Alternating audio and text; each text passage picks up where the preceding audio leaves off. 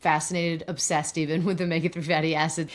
Understanding them is kind of like an unlock to better health. Understand the difference between anti-inflammatory molecules and a resolution of inflammation. Actually, it's more or less the same when you have a dinner with your family or friends at home. When they leave, anti-inflammation, they are going away. You still have to clean up all the mess. It's a resolution of inflammation. Diseases, arthritis, autoimmune conditions, heart disease, diabetes, these are chronic inflammatory conditions. And if we can't turn that inflammation off, we significantly increase our risk. Pro-resolving mediators are not necessarily something you find in fish oil. What are the problems with most fish oils? Fish have not the same concentration of EPA and DHA. In order to make the fish oil, they use generally the head of the salmons, but the raw were discarded. And when they said, but why? And they extracted fish oil from that. On top of the have the phospholipid form and the SPM contents. Getting people enough, and I think supplementation is absolutely critical because most people just don't get enough, or maybe they don't have access. So can you tell me, what was the most exciting discovery you made? Welcome everyone. We have a really exciting show today with the scientific director within the Health, Beauty, and Nutrition Division at Group Burkham. It is Dr. Brochot. I'm very excited. She's a specialist in fatty acids, like you said, beauty, the microbiome, cardiovascular disease, and we're going to learn about what are omega-3s, why are they very important, what about pro-resolving mediators, why we should know about them, and then the problem with most fish oils on the market, and what you should take for best results. So welcome to the show, Dr. Brochot. Thank you, Adam. I'm happy to be here and to talk about the story of omega-3s and all my background also, if you want. I do want that. And I've been captivated by the story of fatty acids for a while now, a few years. And I just think understanding them is kind of like an unlock to better health, brain health, cardiovascular health, longevity. And far too many of us are deficient in them. So tell me, what was it about fatty acids and omega-3s in particular that initially sparked your interest? And tell us about your background. Yeah, so I make my PhD in the role of omega-3 in the cardiovascular function. So the story of the study was to evaluating the effect of short-chain omega-3 coming from vegetables. So the effect of alpha-linolenic acid into cardiovascular function in mice, and to compare it with omega-3 coming from fish oil, so meaning long-chain fatty acid and omega-3, EPA and DHA, and to see the impact on the cardiovascular function and the composition of the membrane in the heart. And we also compare the two time frame in order to see if you take more linolenic acid, you can increase the EPA and DHA in the membrane of the different part of the membrane in the heart. So yes, it was the start of my story with the omega-3, and now it has been a long story now. Oh, I bet. And that is one of the things. So ALA is a precursor, is the only technically considered essential omega-3 fatty acid. So did you find that ALA was able to increase EPA and DHA and maybe even DPA to an appreciable amount? Yes, during the study, yes, we explored those elements, and what we observe is that in order to reach the same level in EPA, DPA, and DHA in the cell membrane of the heart of the mice, we need to wait 6 months. So you can reach the same level, but only after 6 months, contrary to the fish oil, in which after only 3 months you can have the different level of EPA, DHA that have been improved. And what we discover also is that it's the cell membrane of the mitochondria that benefits the more of the modifications of the EPA and DHA, which can have also a huge impact on cardiovascular function, because the mitochondria are the maker of energy for your whole body, but more especially for your heart function, that it functions correctly. So this is the basis of the result that we had. That's incredible. So you could get there, it just takes longer. So what are your favorite whole food sources of ALA? What are you incorporating into your diet? Actually, my PhD was a fund from a company, a French company, which is introducing linolenic acid into the food of cows, for example. And actually, they would like to know if by taking this linolenic acid from flaxseed, green, extruded flaxseed, you can modify the composition of the meat that you eat. And it was the case. So I was really on the cardiovascular function, but in their company, they try to incorporate more linolenic acid into the diet in order to improve the quantity of long-chain omega-3 in the cows, for example, or in chicken or in the eggs. And it works. Well, you know what, Dr. Brochot, I can't believe it. I'm embarrassed I didn't know this, but my dissertation was on the beef's fatty acid profile and Okay. how it changed based on what it was fed.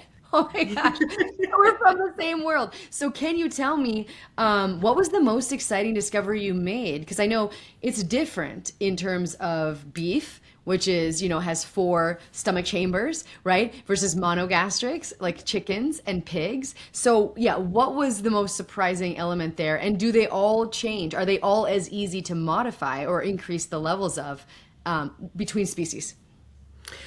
Between species, I'm not fully aware of all the species, but I know that it's feasible in chicken and in cows.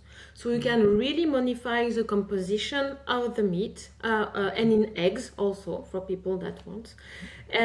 But it's important to have an extrusion, so a process that eats the flaxseed, because when you eat a flaxseed, you cannot yourself digest them, and it is more or less the same for all the animals.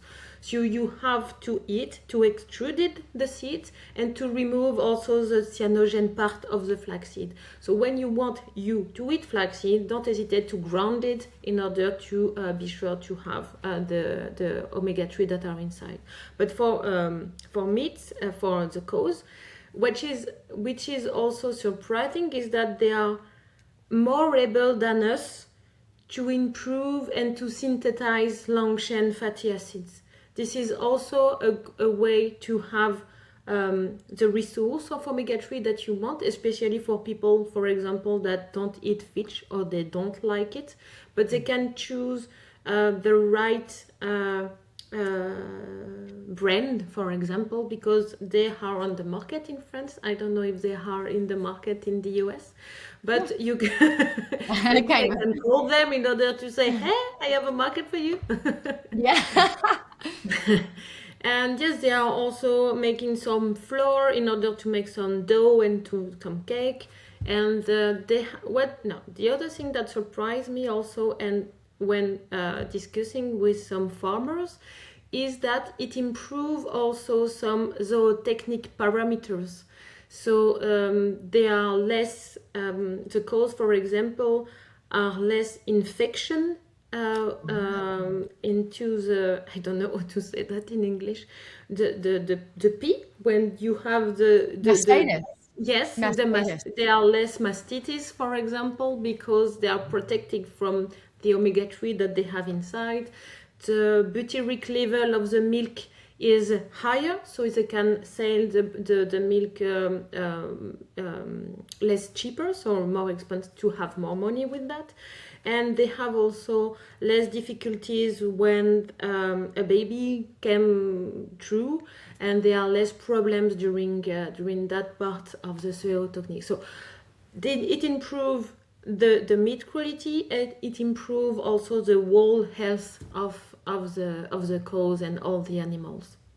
It's so important. I just think I'm really excited by this research because I do think we're obviously under consuming omega-3 fatty acids as a population, maybe worldwide, and you can get them from fish, but if we can reincorporate them into all animal products, because that's how they were when animals ate grass, they were there, and we've kind of bred them out. So this is really exciting. If you had to guess, what would the human health implications of that be? Clearly the animals are healthier, right?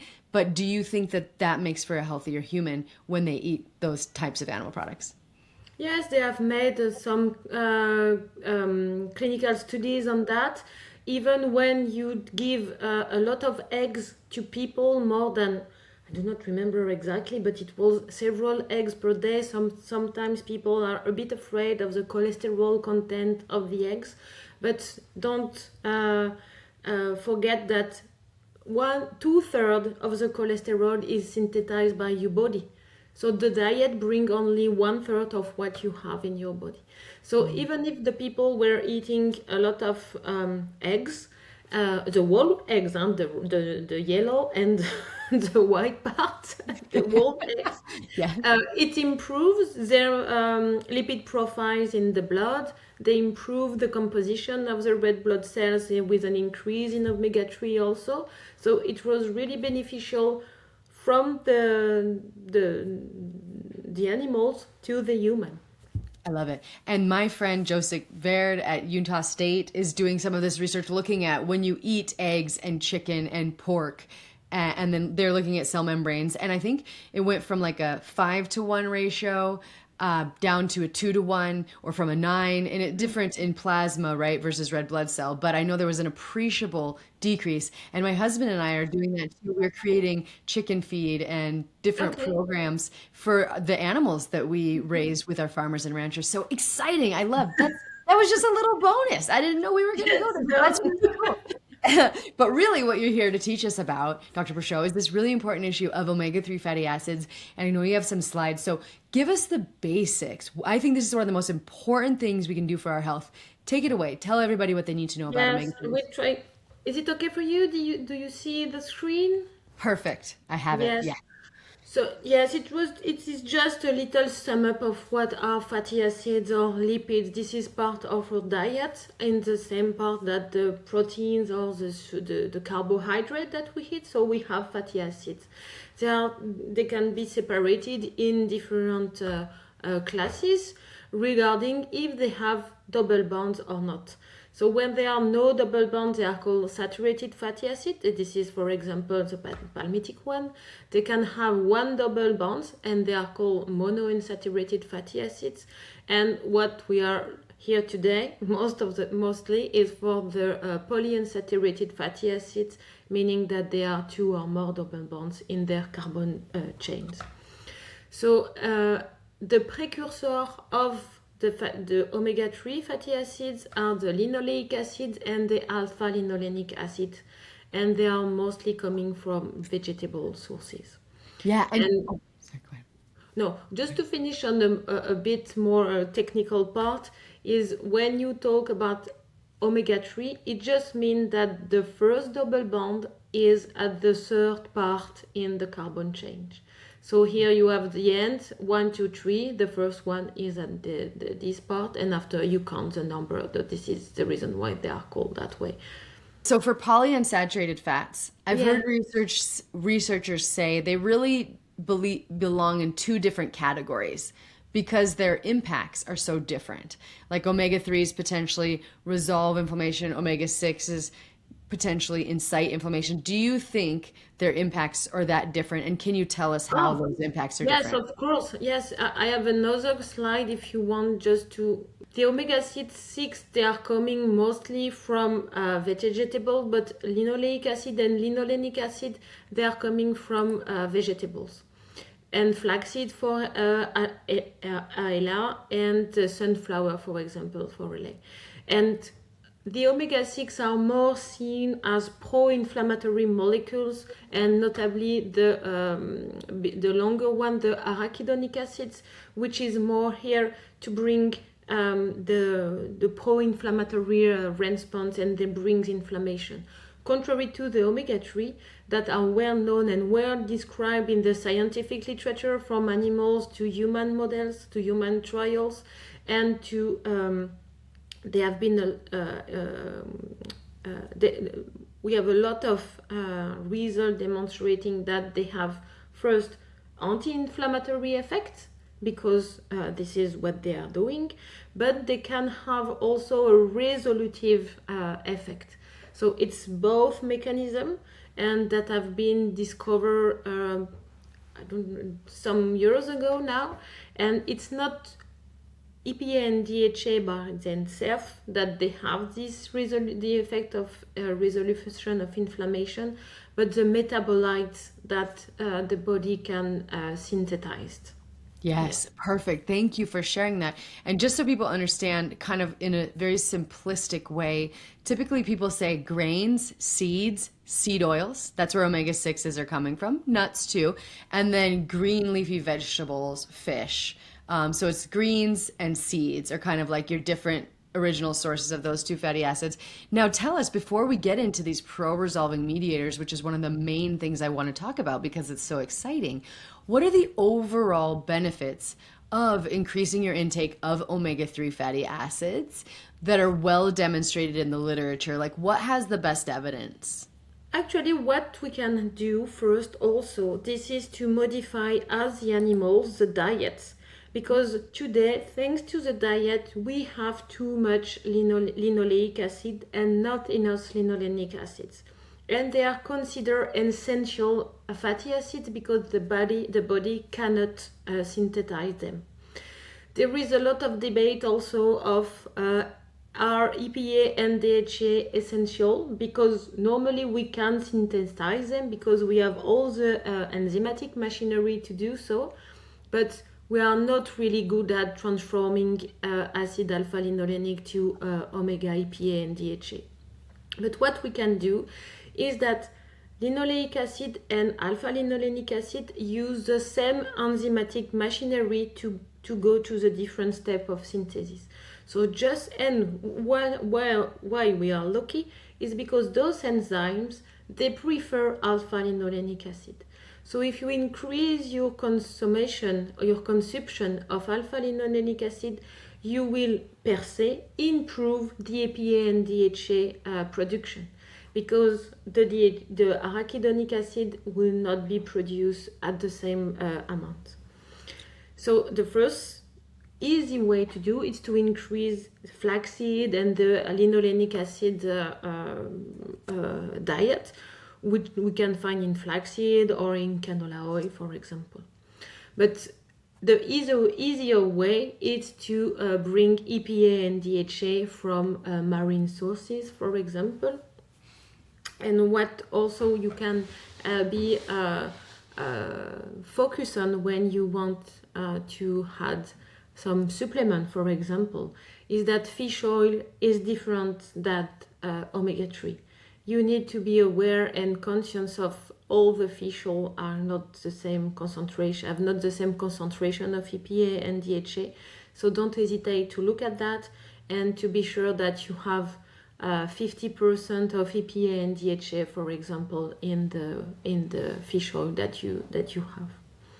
Oh, And yes, this is a way to modify your diet and to bring more EPA and DHA that normally it's really difficult to synthesize, except during breastfeeding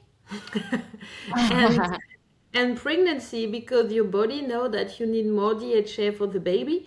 So there is a huge adaptation of the women body during this period, and we can increase the concentration and the synthesis of EPA and DHA during that. Makes sense, because it's so very important for the development. And once the baby's developed, it's like there's no going back. And, that's what Dr. Michael Crawford just told me. It's just essential that we have that during conception and preconception and development. So what are in terms of cardiovascular disease, like what are the populations of people who want to prevent brain degeneration, people with mood issues? Who are the populations who will benefit most from omega-3 supplements? Oh, there are a lot of debate on that, and the meta-analyses are always, not always, but there are some contradictory results on that. Actually, omega-3 and EPA and DHA could have beneficial effect on all those disorders, for heart disease or and it depends also when you want to have a beneficial effect. It could be in prevention, in secondary prevention, and it depends. But generally, you could have, generally speaking, both omega-3, EPA and DHA could have a beneficial effect on heart function, on depression, anxiety. You can also have a positive impact in order to decrease cognitive decline. And recently there is the last meta-analysis published in 2025 by Teng that focus attention of the quantity of the EPA and DHA specifically, and not omega-3 in general, because it could depend also, and the duration of the complementation, or the time people have taken the omega-3. And they discover by this meta-analysis that in order to prevent heart failure, this is the purpose of the meta-analysis, you need 2 to 4 grams of EPA and DHA in order to prevent heart failure and to keep ventricular ejection. And it was even more efficient when the supplementation lasts 1 year.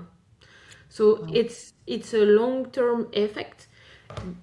At the beginning, it takes more or less 2 months in order to replace arachidonic acid by EPA or DHA. This is also one of the strengths of the body. You can modify the composition of the cell membranes because it's phospholipids, and you can remove the arachidonic acid by the EPA and the DHA that you hit. So you can modulate everything.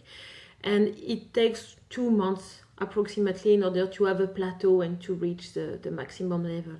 But in order to reach the maximum effect, apparently you need to take the product even during a year in order to have an effect. Is this for people with heart disease already? Or is this Yes, for people who want, so this is was secondary prevention? Yeah. It was for people who had heart failure already. But there are some recommendations, maybe I can talk about this now, but in prevention, in general population, there are several recommendations for example, the American Heart Association or some guidelines in the US. And for the general population, it's 2 fatty fish per week, or 250 and 500 milligram per week per day of EPA and DHA. But you need to improve those quantity when you already have heart disorder, for example, and links to the publication, it's 2 to 4 grams in order to have the better effect. And during pregnancy, it's also around 250 and 500 milligram. So for prevention, it's 250 milligram to 500 milligram per day. And you can have it during a long period of time because there are not side effects reported in that meta-analysis during more than 1 year. So it's quite a safe way to improve the functioning of your body without any side effects in general. For prevention, do you think there would be a benefit from a little bit more? Like if you took a gram a day, do you feel like that would be a measurable impact on preventing any sort of excess inflammation or heart disease or mood issue? Yeah, there are some data that demonstrating notably prevention of cognition decline and prevention of Alzheimer's diseases. And also the same for the prevention for heart diseases also. So both are important. We know that DHA is important for the eyes and for the brain because it's where the accretion is the more important, and we have the more concentration of DHA in the body. So everything that you can do in prevention, it's something that you can gain when you are getting older. Yeah, love it. That's what I typically do. I'm not like a high dose person. I know for people with high triglycerides, for example, they do 3 to 4 grams a day.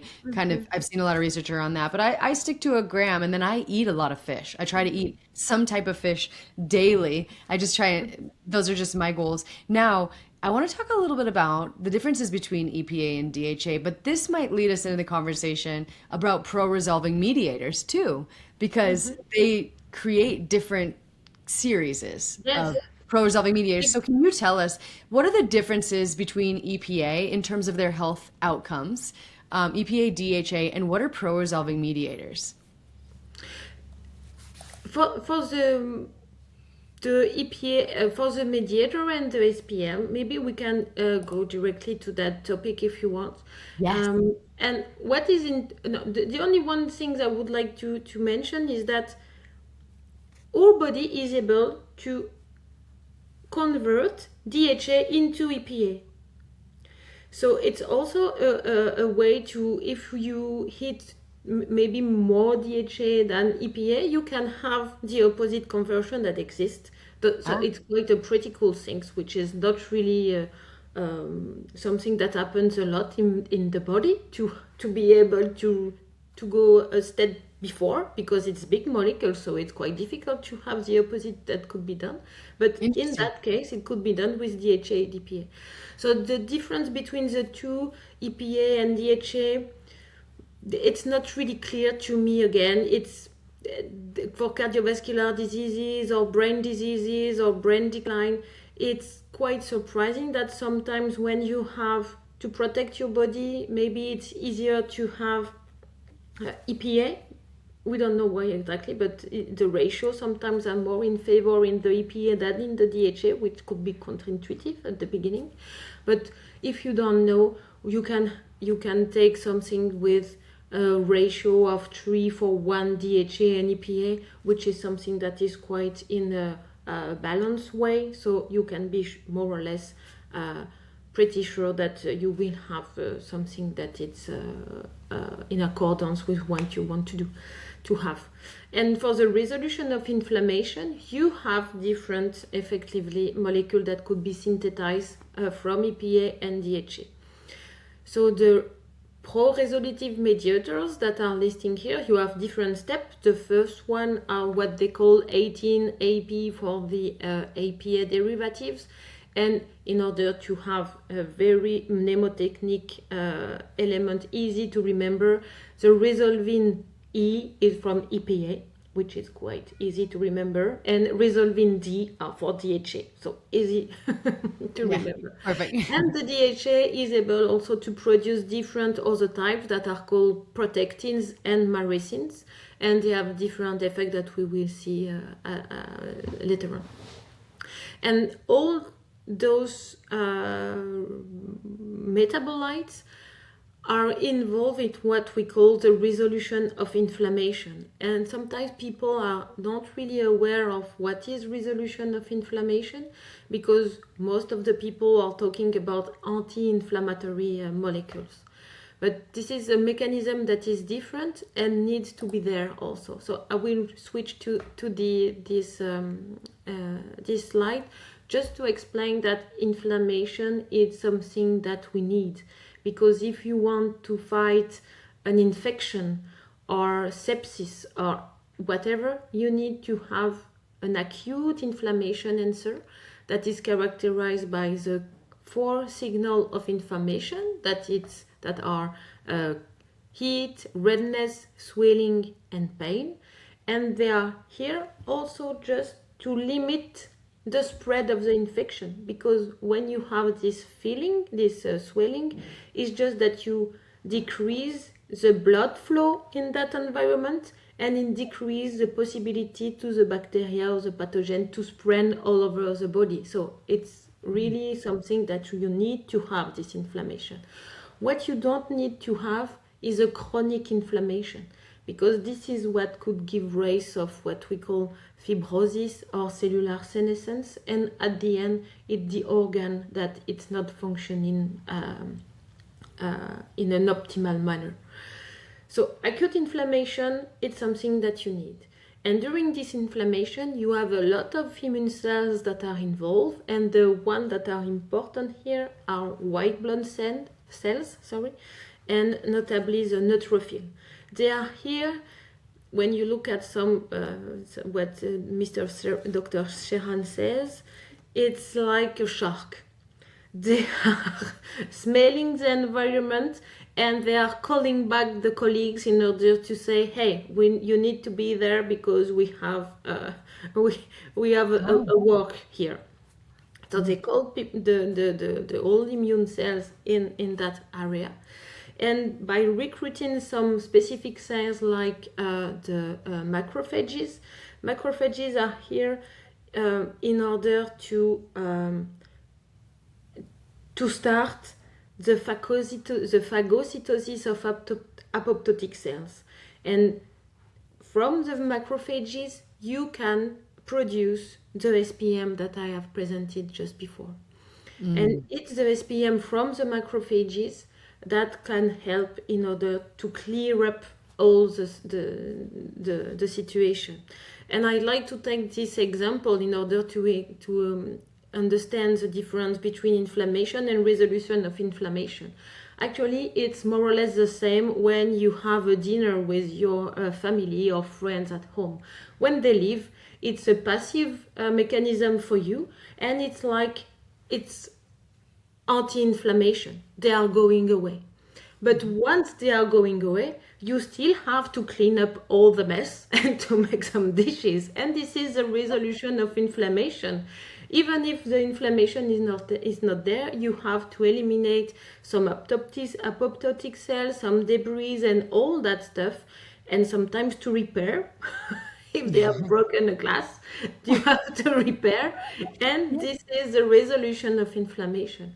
So just to come back to the more scientific way, the SPM can act at different levels in order to resolve inflammation. They limit the magnitude and the duration of the acute inflammatory response. And they limit, and how? Because they limit the neutrophil recruitment.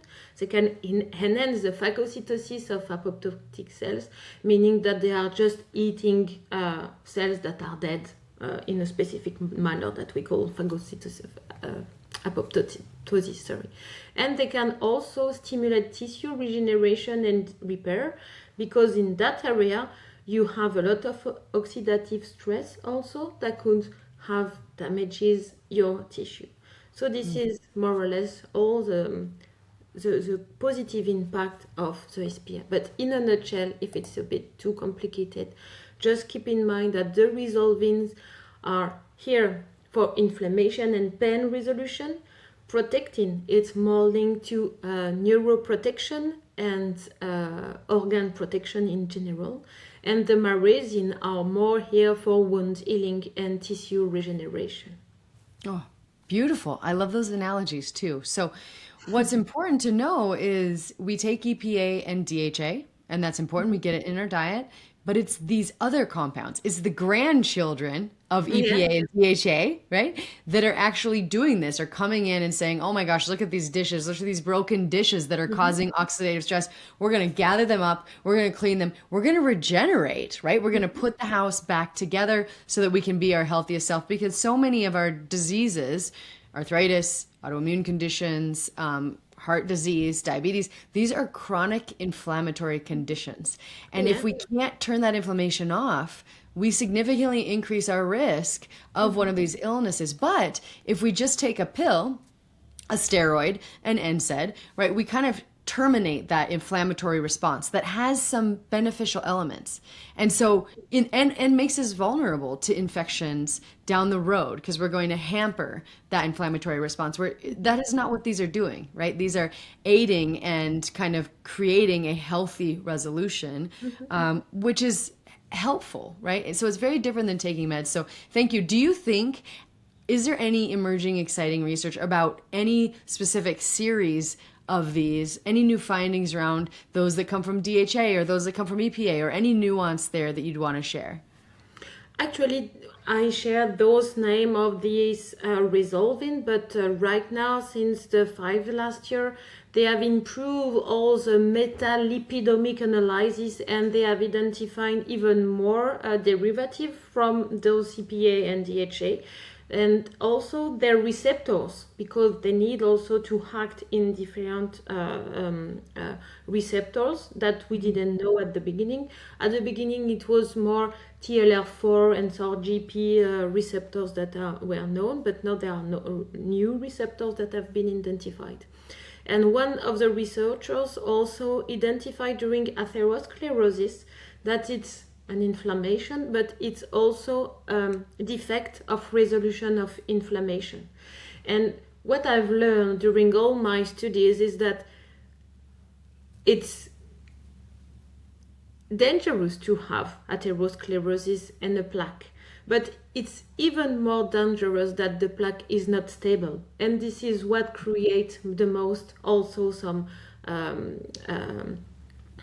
accident and cerebral accident due to the instability of the plaque. And they discover that those resolvins are involved in the resolution inflammation into the cardiovascular plaque, and that could be also a good way in order to have a protection of heart attack, for example. Oh, that's such an important. Thank you for sharing that. That's really exciting. And I figured the research had evolved because I know pro-resolving mediators were discovered in the 1990s, and we are, several decades past that. So I'm sure we'll just learn more and more. But it's important to state that pro-resolving mediators are not necessarily something you find in fish oil. Right. No. So can you tell us, there's been so many different trials, and I know for a fact, right, omega-3s from fish, always beneficial, almost always. But omega-3s from fish oils don't always have consistent outcomes. So can you tell us, what are the problems with most fish oils? And then tell us about Romega. I'm really excited about this product. Actually, the problem is also how generally the conclusion of the meta-analysis that have, because I'd rather to talk about meta-analysis because they have analyzed a lot of, because there are dozens and dozens of studies on omega-3 and the effect on the different health areas. But the inconsistency comes sometimes from the placebo that I've been using, because in some studies they have used olive oil. So olive oil is rich in polyphenols, in vitamin E, so in elements that could be protective for your body. So when you compare two things that could be helpful, the conclusion, it's difficult to draw a conclusion in favor of fish oil, because it's not a neutral placebo. It's already a placebo that could have an effect. After that, you have also what I mentioned before, the duration of the study. So you need to have, when you have a problem sometimes, to take it during a long period of time. You have also the quantity, because fish oil is different than EPA and DHA. So be careful of the quantity of EPA also and DHA that you can take. And the form of the omega-3 also, because we talk about fish oil derivative, and they are all coming from the triglyceride forms. And the triglycerides are a kind of, this is for storage fats for the triglycerides, contrary to the phospholipids one, which are structural phospholipids, because they are this is part of the cell membrane, so it's also different, and the bioavailability of both forms are different. So when you are taking some supplements, if you don't like fish, for example, be careful of the quantity of EPA and DHA that you have inside, because you don't want to take 10 pills a day in order to have the right amount, but also the type of the fat, if it's triglycerides or phospholipids. And one of the nice things from herring roe, what we call herring roe caviar, so the herring roe, is that in that oil you have already the SPMs. And the things that I didn't mention just before, one of the discovery that have been done recently is that with aging, with metabolic syndrome, with type 2 diabetes and other disorder I'm sure that we are going to discover, the body has not the same capacity to produce SPM. The quantity decreased. So if you can have something that can bring you omega-3 plus SPM, it could be a quite pretty cool things in order to keep your healthy body. Yeah, and one thing, I want you to go into Romega and where it's derived and which forms, but are you worried about oxidation of? I've read analyses where many fish oils products are oxidized. How does that fit in? Generally, if good product with fish oil, you have a kind of antioxidant. So it could be vitamin E or also derivative from polyphenol, for example, rosmarinic acid, in order to prevent the oxidation. And this is something that it's not necessary to have in phospholipids. It's something that's a bit different, but yes, be aware of that you can have also inside some antioxidant molecule like vitamin E, for example, in order to keep the very low level of oxidation of the oil. Perfect. And I'm like you, very, very fascinated, obsessed even with omega-3 fatty acids and getting people enough. And I think supplementation is absolutely critical because most people just don't get enough or maybe they don't have access. So tell us about Romega because it is very unique in terms of its sourcing. It's a fish roe product, which already makes it very unique. But just take us through the most unique elements of Romega. Yes, so as I mentioned, is a phospholipid that is coming from at the beginning a byproduct, because in the fishery when they were harvesting all the sardines, the mackerel and all that for salmon, actually in order to make the fish oil they use generally the head of the salmons, but the roe were discarded. And when they said, but why? And they extracted fish oil from that.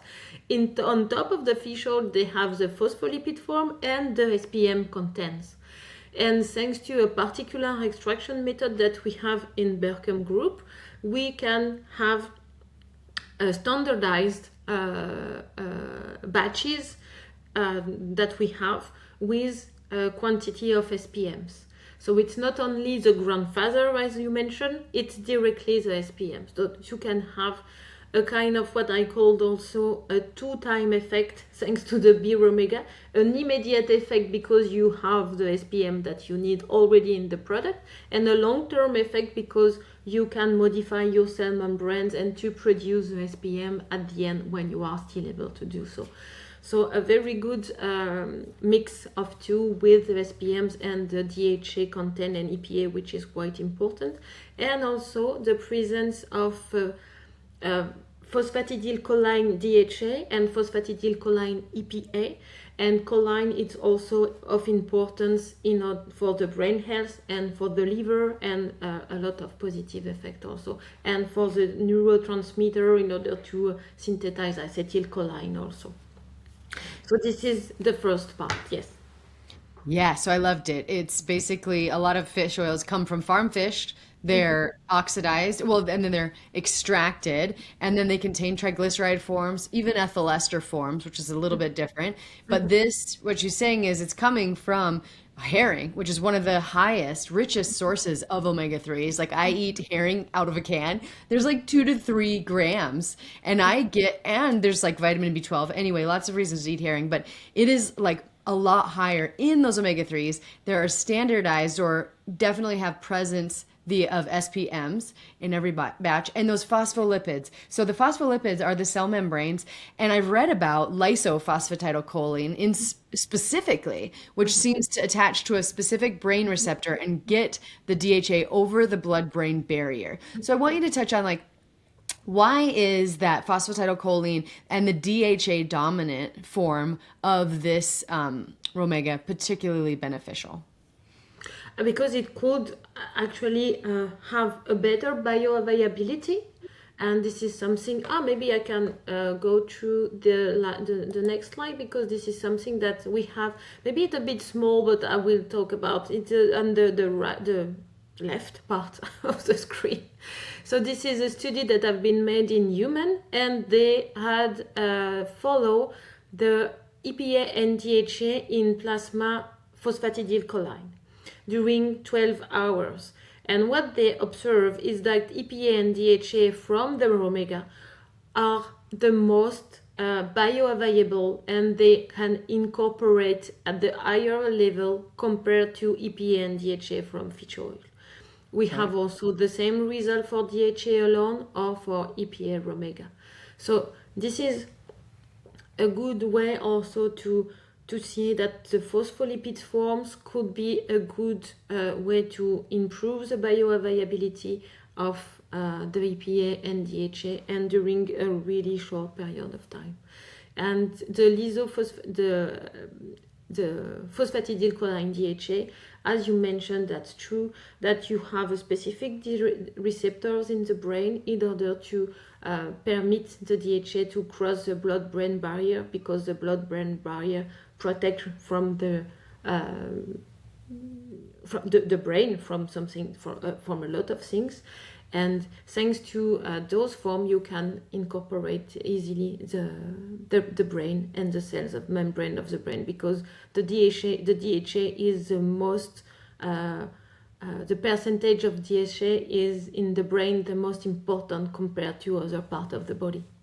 Yeah, and for people, I have both genes for Alzheimer's. And so I think for people like me, I've read some research to suggest not all forms of DHA get over or are able to improve cognitive outcomes for people with maybe an increased risk. But I do think it's interesting that maybe lysophosphatidylcholine or these phospholipid-based DHA molecules could potentially improve cognitive health better and maybe even reverse or, or preserve. What are your thoughts on that?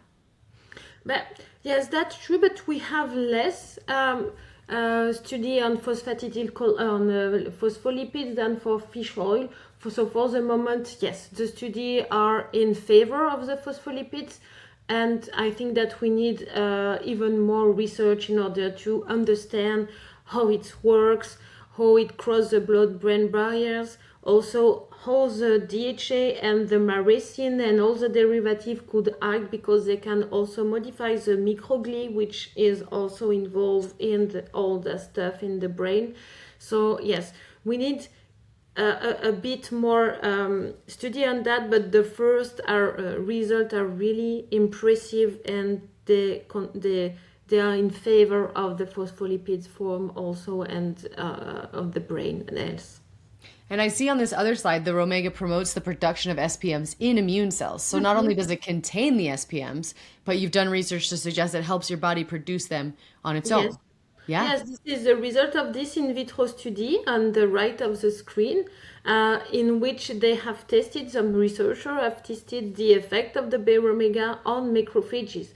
So when you incorporated the EPA and DHA into the membrane of macrophages, you can produce the SPM.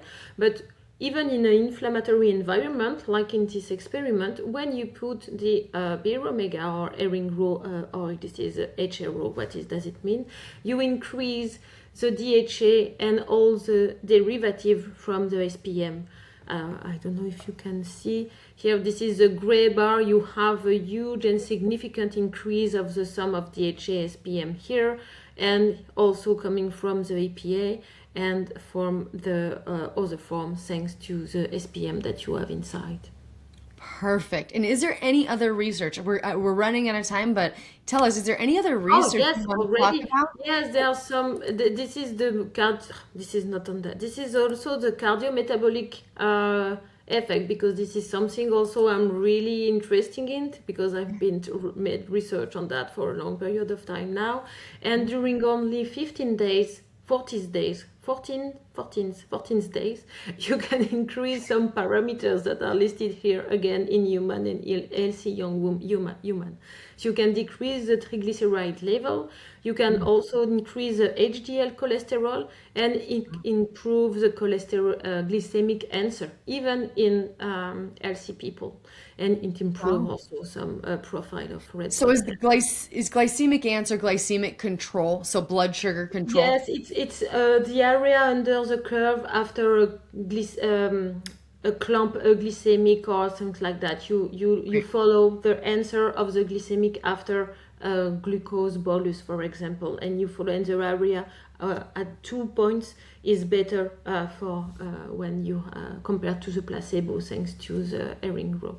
And on the right, I will not dive into too much detail, but when you modify the composition of your cell membrane, you can also improve your skin health. And this is the result of the last figure here, is that in people who suffer the more at the beginning of psoriasis, they are also the people that have the best improvement of their psoriasis area. So thanks to the Romega, it's a long, it's a 26 week study, and at the end, people were decreasing the area of the skin of their body with psoriasis. And this is the orange plot, and with the gray plot, you don't have any improvement. So when modifying this, and psoriasis, since inflammation and a lot of etiology exists, but you can also have positive effect on the skin health. Oh my gosh, that's amazing. So is there any other research or final last thoughts? I just want people to know that Paleo Valley, this is our new product, and we looked hard at what kind of product we wanted to bring to market because we're such sticklers, and we truly believe this is as high quality as it gets in terms of its sourcing, sustainability, and the high amounts of DHA, the pro-resolving mediators, the phospholipid delivery, the low levels of mercury, which we didn't even talk about, and the low levels of oxidation. They actually have international standards of oxidation, and this is far, far below those levels. But is there anything else, Dr. Brochot, that you want to highlight, or any final last words? As I mentioned, I'm really involved also in the cardiometabolic and microbiota research. And what impresses me also is that omega-3 have the ability to modify your microbiota. They can improve the microbiota, and they could have in sometimes a kind of prebiotic effect. And this is something that I was really surprised when I saw that, because generally it's from fibers or inulin or things like that, or chickpeas that can modify the microbiota. But omega-3 could also have this impact, and it's also something that I would like to dive into more detail in the future, because I think that it's something that's really important, the modification of the microbiota through prebiotic polyphenols, but also thanks to omega-3. And we are not at the end of the story and the effect of omega-3 now. Yeah, that's amazing. And have you done any with Romega specifically and the microbiome, or is that in the future? No, I hope that in the future we will do this, but for the moment we do not have the result on that. But some results on the literature are really promising on that, and I would love to have information on that in the future, and I will tell you. Okay, we'll do a part two. Well, this has been wonderful, Dr. Yes. Brochot. Thank you so much for your information, and I'll see you next time, because we'll have to do a part two on just the omega-3s and the microbiome. So thank you so much. Thank you for having me. Bye.